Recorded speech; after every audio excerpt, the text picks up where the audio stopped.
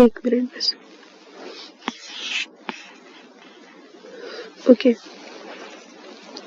अब आपने पहले चीज़ें स्पेसिफाई कर ली कि आप लोगों ने अपना ब्लॉग कैसे लिखना है। उसके लिखने से पहले आप लोगों ने क्या क्या करना है। अब राइटिंग स्टार्ट करने लगे आपने किन चीज़ों को अपने माइंड में रखना है। सबसे पहले देखना है कि आपके ब्लॉग का मेन फोकस किस चीज़ पर होगा या आपका मेन टॉपिक क्या होगा। ठीक है,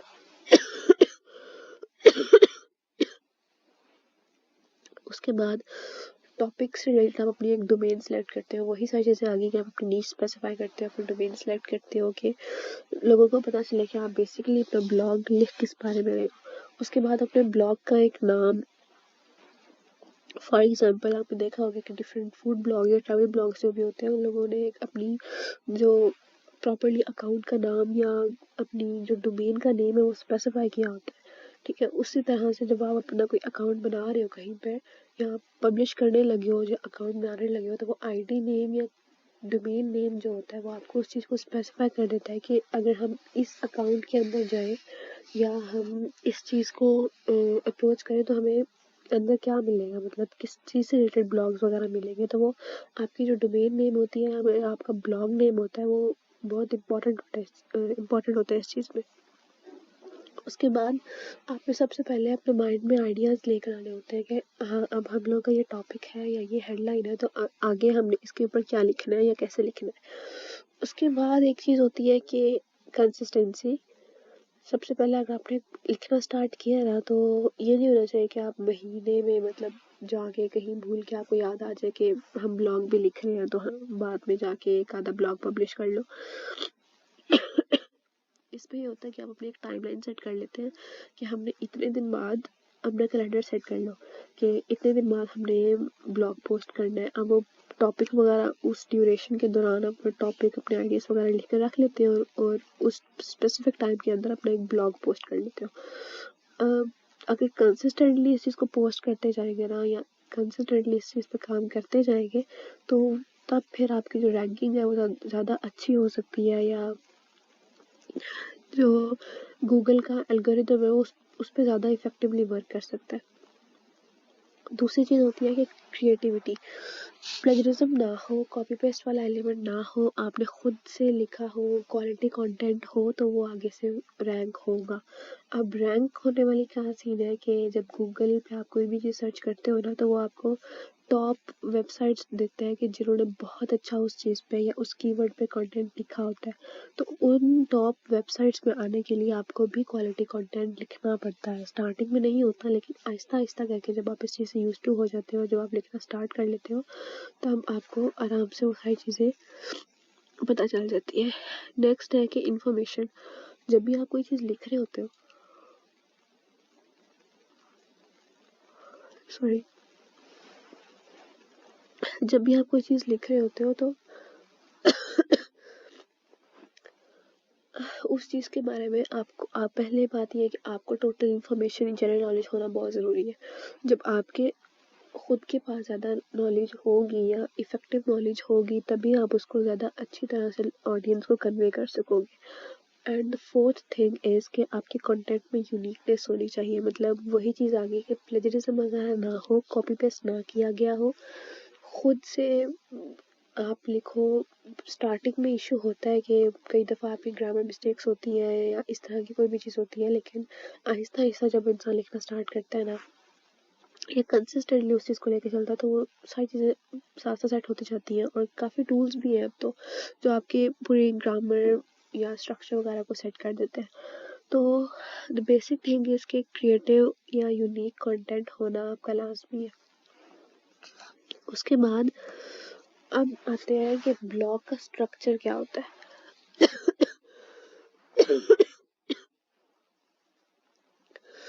ब्लॉग का जो बेसिक आइडियल लेंथ है ना वो है 300 से 1000 वर्ड्स के दरमियान।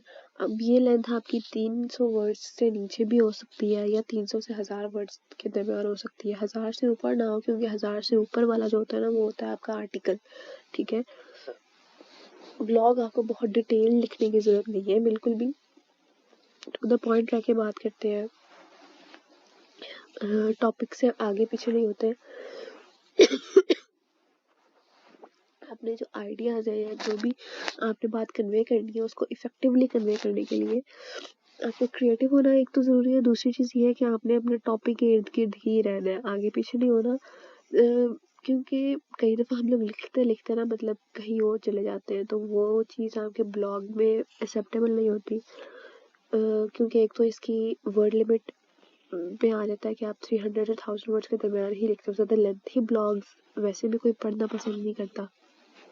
और ब्लॉग्स में आर्टिकल्स में डिफरेंस ये है कि ब्लॉग एक चीज़ इसलिए बनाई हुई है ताकि ऑडियंस को इंगेज किया जाए उस चीज़ में। मतलब अब एक बहुत ही लेंथी कंटेंट आप लोगों ने लिख लिया और वो लिखा भी ऐसा है कि टॉपिक पे बात हुई नहीं, आगे पीछे बात हुई हुई है ज़्यादा सारी, तो वो फिर जो लोग पढ़ेंगे वो भी फिर उकताए हुए होंगे कि हम लोगों ने इस चीज़ पे काम नहीं करना या we are not interested in it.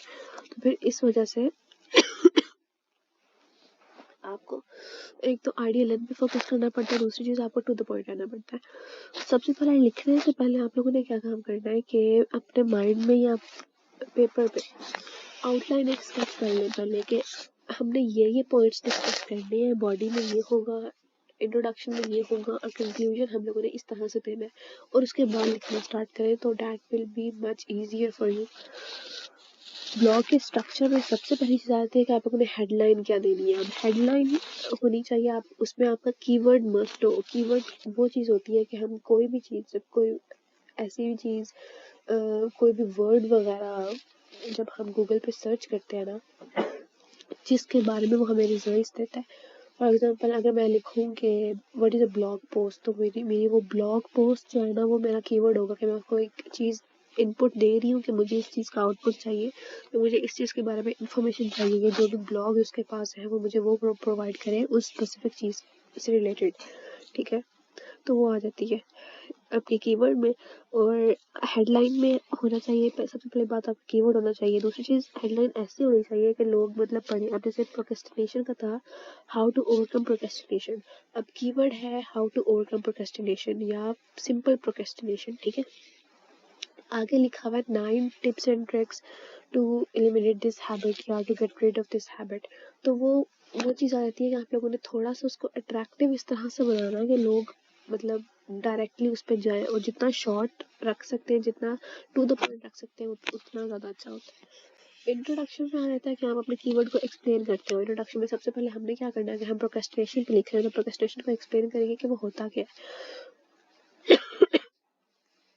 ठीक है, उसको एक्सप्लेन करेंगे। उसके बाद हम बताएंगे कि हम इस आर्टिकल में या इस ब्लॉग में हम लोग आपको प्रोक्रेस्टिनेशन के बारे में बताएंगे या इसके बारे में बेसिक इन्फॉर्मेशन देंगे, या अगर हम लोगों ने लिखना है कि हाउ टू ओवरकम प्रोक्रेस्टिनेशन, तो हम उसको लिखेंगे अपने इंट्रोडक्शन में कि हम अब इस ब्लॉग में आपको इतनी वेज या इतनी ट्रिक्स बताएंगे कि आप इस हैबिट से छुटकारा पा लें। ठीक है, फिर बॉडी में आ जाते हैं आपके पैराग्राफ्स वगैरह। 4 to 5 मैक्सिमम पैराग्राफ्स होने चाहिए और उसमें 100 से 120 वर्ड्स मैक्सिमम इनफ। इससे ज़्यादा आप लिखोगे तो आपकी एक तो वर्ड लिमिट एक्सीड हो जाएगी, दूसरा उससे की इतनी ज़रूरत भी नहीं होती, टू द पॉइंट रहते हैं। अब आप इसमें बेशक सब हेडिंग्स यूज़ करो, बुलेट्स यूज़ कर लो, या फिर आप मतलब फॉर एग्जांपल 2 पॉइंट्स बनाए अगर आपने, तो पॉइंट्स लिख के मतलब सिर्फ हेडिंग्स बनाकर उसकी एक एक दो लाइन्स की एक्सप्लेनेशन दे दो तो वो भी बिल्कुल ठीक है। लेकिन अगर देखो, अगर आप लोगों की 100 से 120 वर्ड्स यहाँ पे गए, फिर टाइटल में 15 वर्ड्स वैसे ही आ गए, तो ऑलमोस्ट 235 या 240 वर्ड्स आपके टाइटल और इंट्रोडक्शन ने ले लिए। अब आपके पास रहते कितने हैं? एक तो आपको 300 से 1000 वर्ड्स के दरमियान का ब्लॉग लिखना है, तो आपके पास रह गए मैक्सिमम 730 वर्ड्स या 760 वर्ड्स। ठीक है, तो अब उसमें आप लोगों ने अपनी बॉडी पूरी करनी है, फिर उसके बाद आप लोगों ने कंक्लूजन पूरा करना है। तो बेसिक पूरी बॉडी में आपके मैक्सिमम होने चाहिए 450 to 500 वर्ड्स, बहुत ज़्यादा लिमिट है ये। ठीक है, इससे कम हो तो दैट इज़ मच बेटर, लेकिन इससे ज़्यादा बिल्कुल भी एक्सीड ना हो।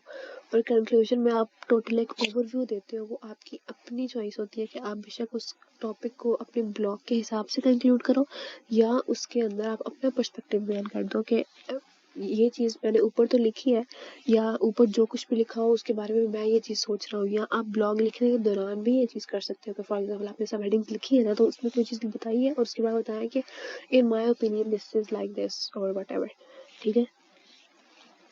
तो ये सारी चीज़ें भी आ सकती है। उसके बाद आप लोगों ने ब्लॉग पब्लिश कहाँ करना है, उसकी प्रमोशन कैसे करनी है, अब इस पर बात करते हैं। पब्लिशिंग साइट्स बहुत सारी हैं, यहाँ पर कुछ लिखी है मैंने। वर्डप्रेस हो गया, वर्डप्रेस इज आप बेसिकली आप उस पर वेबसाइट बनाते हो, खुद क्रिएट करते हो, ठीक है, और उसके ऊपर आप अपना आर्टिकल या अपने ब्लॉग्स वगैरह पोस्ट करते हो, या कोई भी चीज़ किसी भी किस्म की वेबसाइट, उसकी डोमेन स्पेसिफाई करते हैं हम, और वो बहुत एक लंबा प्रोसीजर है लेकिन इफेक्टिव है। उसके बाद ब्लॉगर आ जाता है। ब्लॉगर एक पूरी एक वेबसाइट है जिसके ऊपर आप अपना अकाउंट क्रिएट करते हैं और उसमें आप फिर अपने ब्लॉग्स वगैरह पोस्ट करते हैं। डोमेन स्पेसिफाई करने के बाद मीडियम है, मीडियम में आपने बस सिंपल अकाउंट लॉगिन करना होता है and you are free to post anything या any content you want. LinkedIn में भी यही चीज़ है कि आपने बस एक अपने अकाउंट को सेट कर लेना है, प्रोफाइल सेट करनी है, उसके बाद अपना ब्लॉग्स वगैरह या आप कोई भी चीज़ जो है आपने उसको प्रमोट कर सकते हो। विक्स भी इसी तरह के है।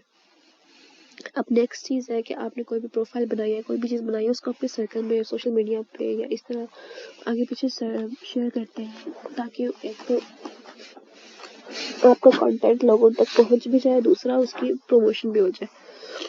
और आजकल सोशल मीडिया को आप लोग ज़्यादा यूज़ कर सकते हो फॉर योर ब्लॉग एंगेजमेंट या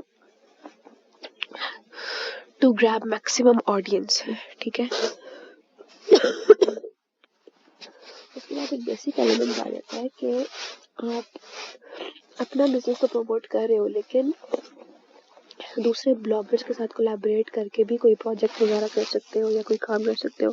तो वो कैसे करना है, उसमें मेन चीज़ आती है ईमेल मार्केटिंग। ईमेल मार्केटिंग में क्या होता है कि फॉर एग्जांपल मैं लिख रही हूँ कोई भी चीज़ या कोई भी ऐसा मैंने प्रोजेक्ट लिया जिसमें मुझे बहुत ज़्यादा काम करना है। अब आई वांट कि मैं बाकी ब्लॉगर्स जो उस डोमेन में काम कर रहे हैं उनके साथ भी कांटेक्ट करूं या उनको भी अपने काम में शामिल करूं। तो मैं उनको एक ईमेल करूंगी जिसमें मैं पहले अपनी डिटेल्स दूंगी, अपने बिजनेस की डिटेल्स दूंगी, उसके बाद मैं अपना पर्पस बताऊंगी। पहले स्पेसिफाई करूंगी कि मैं हम इस बारे में मतलब स्पेसिफिकली इस चीज़ के लिए आपसे कांटेक्ट कर रहे हैं, और एंड में मतलब उनसे उनका ओपिनियन पूछेंगे। तो ईमेल मार्केटिंग में क्या होता है कि आप थ्रू ईमेल अपना बिजनेस को प्रमोट करते हो या लिंक्स क्रिएट करते हो दूसरे लोगों के साथ ऑफ योर सेम डोमेन, ठीक है। फिर डिफरेंट फॉरम्स आ जाते हैं, कोरा पे, रेडिट पे आप अकाउंट क्रिएट करते हैं, और फिर मतलब उस कोरा पे क्या होता है कि क्वेश्चंस के आंसर्स करने होते हैं ना, मतलब कंटेंट्स लिखने होते हैं different topics related, different question से रिलेटेड।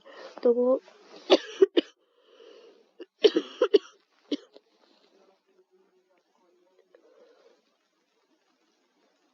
फिर वहाँ से भी आप अपनी ऑडियंस को ग्रैब कर सकते हो, या लोग वहाँ से भी लोगों का अटेंशन ले सकते हो। That is be same like Quora, मतलब समहाउ लाइक कोरा, ठीक है। अब आप लोगों का कोई भी क्वेश्चन है तो आप लोग चैट बॉक्स में ड्रॉप कर सकते हैं।